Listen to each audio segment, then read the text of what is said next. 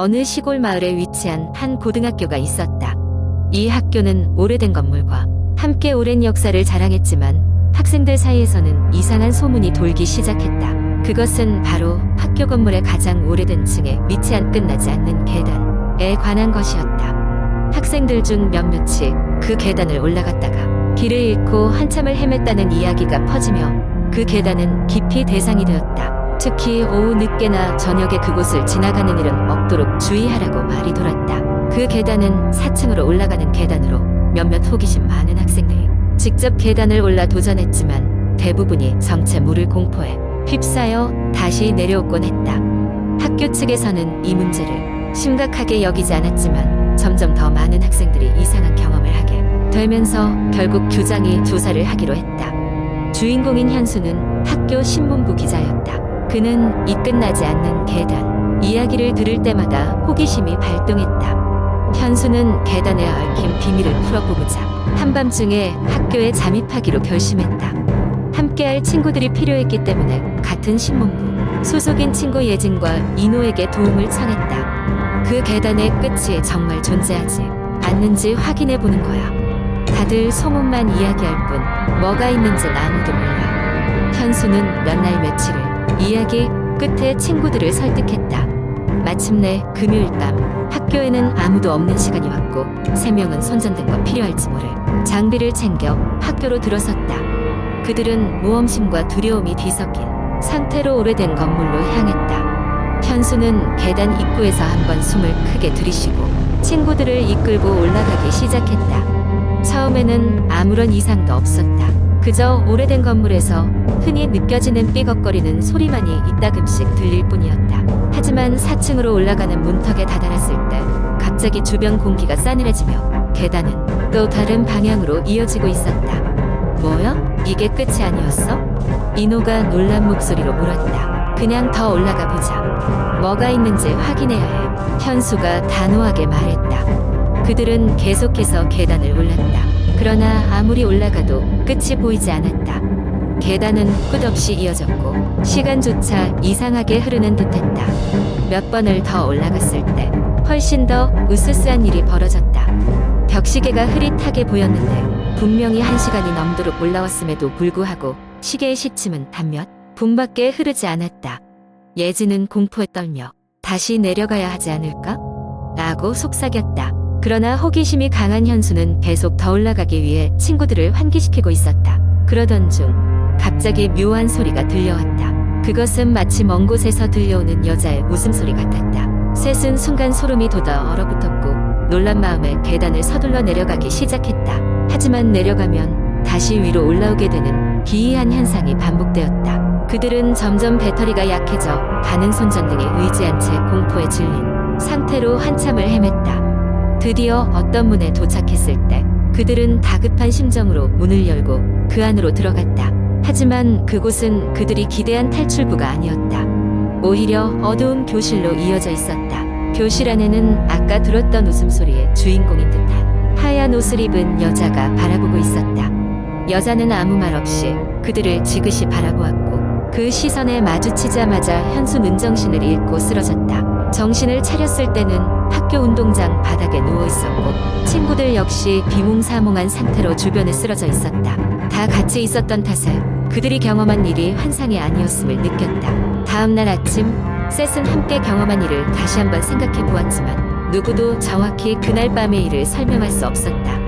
다만 그들은 끝없는 계단과 신비한 여인의 존재를 더 이상 쫓지 않기로 결심했다. 그 사건 이후로도 그 오래된 계단의 소문은 학교에 잔존했고 과거에는 보이지 않던 실종 신고가 그리 드물지 않았다는 기록들이 하나둘씩 발견되면서 그들의 이야기 또한 전설 속의 하나로 자리 잡게 되었다. 두 번째 이야기. 어느 한적한 시골 마을에 사는 주인공 수지는 도시에 나가 직장 생활을 하다 스트레스로 인해 고향으로 돌아오게 되었습니다. 마을은 고요하고 평화로웠지만 수진이 어릴 적부터 무서워했던 숲속의 작은 폐가는 여전히 그 자리에 존재하고 있었습니다. 그 집은 마을 사람들에게 귀신의 집으로 불리며 아무도 가까이 가지 않는 장소였습니다. 하루는 수진이 오랜 친구 민호와 함께 마을 산책을 하던 중 그 집 앞을 지나게 되었습니다. 민호는 호기심에 그 집에 들어가 보자고 제안했고 수지는 망설였지만 결국 민호와 함께 집 탐험에 나서기로 했습니다. 해가는 외관에서부터 을씨년스러운 분위기를 풍겼습니다. 문이 삐걱거리는 소리를 내며 열렸고 그 안은 먼지투성이에 마치 시간이 멈춘 듯한 느낌이 들었습니다. 두 사람은 손전등을 켜고 조심스럽게 걸어 다니다 2층으로 올라갔습니다. 그때 어디선가 낮은 속삭임이 들렸고 두 사람은 얼어붙었습니다. 여기서 나가. 여자아이의 목소리처럼 들렸습니다.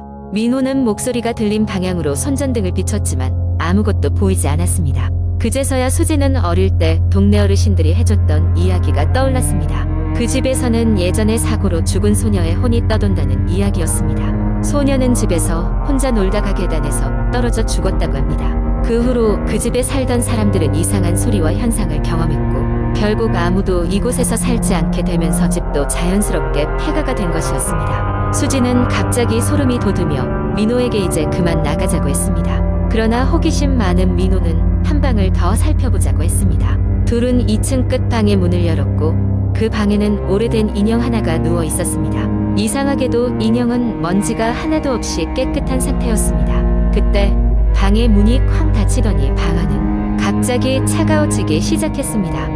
창문에는 알 수 없는 손자국들이 나타났고 불길한 기운이 두 사람을 압도했습니다. 갑자기 수진의 머릿속에 아무도 부른 적 없던 자신의 이름을 부르는 소리가 울려 퍼졌습니다. 수지는 민호의 손을 잡고 급히 방을 나서려 했지만 문은 열리지 않았습니다. 패닉에 빠진 둘은 어떻게든 문을 열려고 안간힘을 썼고 결국 민호가 창문을 부숴서 탈출하지 않으면 안 되겠다고 결심했습니다.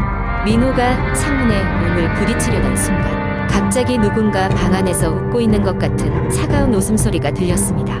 그 순간 힘겹게 문이 열렸고 둘은 불이 나게 방을 빠져나왔습니다. 집을 나올 때까지도 그 웃음소리는 계속 뒤를 따라오는 듯 했습니다. 겨우 밖으로 빠져나온 둘은 헐떡이며 다시는 그 집에 가지 않겠다고 다짐했습니다. 민호는 그 일이 있은 호로마을의 다른 사람들과 이야기하며 그 집에 대해 더욱 알아보았고 수지는 다시 도심으로 돌아가기로 결심했습니다. 두 사람은 그날 이후로도 한동안 그날 겪었던 일 때문에 악몽에 시달렸습니다. 서로에게 있어 그 경험은 잊을 수 없는 공포의 기억으로 남았고 집 근처에는 아예 발길을 끊게 되었습니다. 그리고 얼마 후 그 마을의 다른 주민들이 그 집 앞을 지나가다가 어린아이의 웃음소리를 들었다는 소문이 돌기 시작했습니다. 수진과 민호는 여전히 그 소리가 무슨 의미인지 모르지만 마을 사람들에게 그 집에 가지 말라는 경고를 남기며 각자의 삶을 살아가게 되었습니다. 이렇게 그 집은 여전히 마을 사람들 사이에서 금기시되는 장소로 남았고 시간이 지나도 그곳의 공포는 사라지지 않을 것만 같았습니다. 세 번째 이야기. 인터넷에는 다양한 공포 이야기가 많지만 그 중에서도 학교 괴담은 많은 이들에게 익숙한 주제입니다. 이는 한국의 학교에서 밤마다 벌어지는 신비롭고 무서운 이야기를 다루고 있습니다. 다음은 그 중 하나인 밤의 도서관이라는 이야기를 들려드리겠습니다. 어느 지방의 한 고등학교에는 오래된 전통이 하나 있습니다. 바로 수능이 끝난 12월이면 3학년 학생들은 밤을 새워 학교에 남아 각종 게임과 축제를 즐기곤 했습니다.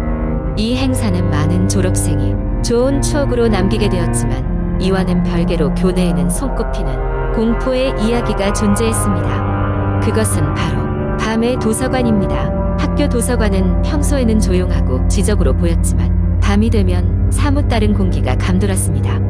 선생님들조차 저녁 늦은 시간에는 가지 않으려 했고 학생들 사이에서도 그 이야기에 진위는 불분명했지만 절대 혼자 가지 말라는 불문율이 전해졌습니다. 몇 해 전 한 수험생이 있었습니다. 그녀는 성적이 우수했지만 지나친 완벽주의 때문에 항상 불안감에 시달렸습니다. 수능 전날 그녀는 혼자 도서관에 남아 마지막으로 공부를 하고 있었습니다. 시간이 가는 줄 모르고 책을 읽던 그녀는 문득 시계가 자정이 가까워지는 것을 보고 얼굴이 굳어졌습니다. 도서관에 불은 꺼져 있었지만 책상 하나 불이 켜져 있었고 그곳에서 기묘한 그림자가 살짝 움직이는 것이 보였습니다. 그녀는 자신의 눈을 의심하며 마음을 가라앉히려 했지만 그림자는 점점 더 뚜렷해지는 듯 했습니다. 이상한 압박감과 함께 책장 사이에서 소리가 들리기 시작했습니다. 미세한 속삭임이 그녀의 귀로 스며들어왔고 그녀는 다시 책으로 눈길을 돌리려 했지만 일어나야겠다는 생각이 앞섰습니다. 자리에서 일어나려던 순간 의자가 저절로 밀리면서 그녀는 바닥에 넘어졌습니다. 화면이 꺼진 컴퓨터 모니터에서는 자신의 얼굴이 아닌 다른 형상이 웃고 있었습니다. 공포에 휩싸인 그녀는 정신없이 도서관 문을 향해 뛰었지만 문은 열리지 않았습니다. 주변의 모든 책들이 동시에 쏟아져 내리는 상황에서도 손잡이를 놓지 않고 발버둥쳤습니다. 그녀를 찾으러 온 경비 아저씨가 도서관 문을 열었을 때 그녀는 문 앞에 기절해 있었습니다. 그 일 이후로 그녀는 자신 있게 수능을 치러 좋은 성적을 받았지만 그날 밤의 기억은 아직도 그녀를 괴롭히며 남아있다고 합니다. 학교에서는 공식적으로는 아무 사건도 없었다고 하지만 이후로도 몇몇 학생들이 이유 없이 도서관을 피하게 되었고 학교는 도서관에 CCTV를 설치했습니다. 그러나 설치된 CCTV는 이상하게도 자정이 되면 자동으로 기록이 멈추었고 몇몇 장면은 마치 누군가의 손에 의해 지워진 듯 남아있지 않았다고 전해집니다. 밤에 도서관은 여전히 그곳에 있지만 아무도 그 진실을 알지 못하여 여전히 미스터리로 남아있습니다. 이 전설은 지금도 그 학교의 새로운 3학년 학생들 사이에서는 조심스럽게 회자되고 있습니다. 이 이야기는 단지 도시 전설일 뿐입니다. 하지만 한국의 많은 학교에서는 이런 공포 이야기가 전해져 내려오며 때로는 친구들과 함께 소름 돋는 경험을 나누는 재미로 자리하고 있습니다. 이런 이야기는 우리의 상상력을 자극하고 일상의 고민을 잠시 잊게 해주는 역할도 하죠. 하지만 너무 깊이 빠져들지는 마세요. 현실과 상상의 경계를 항상 명확히 하는 것이 중요합니다.